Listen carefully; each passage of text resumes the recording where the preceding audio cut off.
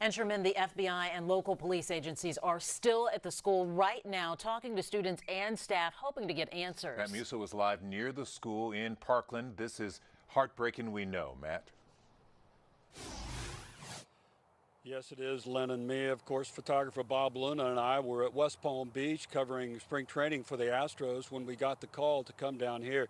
We've spoken with a number of students, parents, former students. They're all in shock. Let me just tell you this. We just spoke with a former student, Alexa Medic.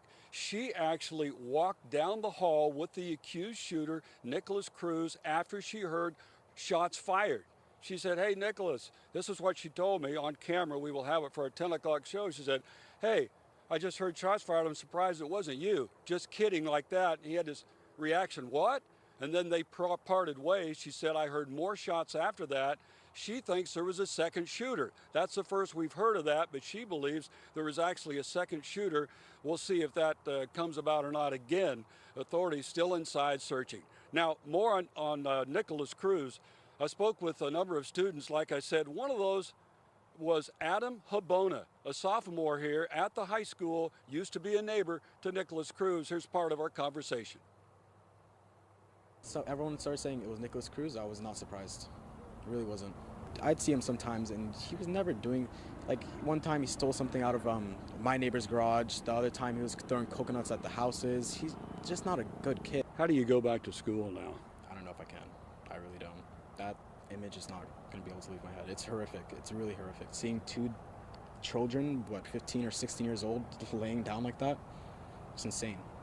There's no way to describe it. Adam told me he was on a first floor classroom. A young girl ripped open the door and dove into his classroom. He said, "I saw a bullet hole in her leg. She was bleeding profusely. Someone put a tourniquet on her." He hopes that she's all right. We hope, of course, that she is.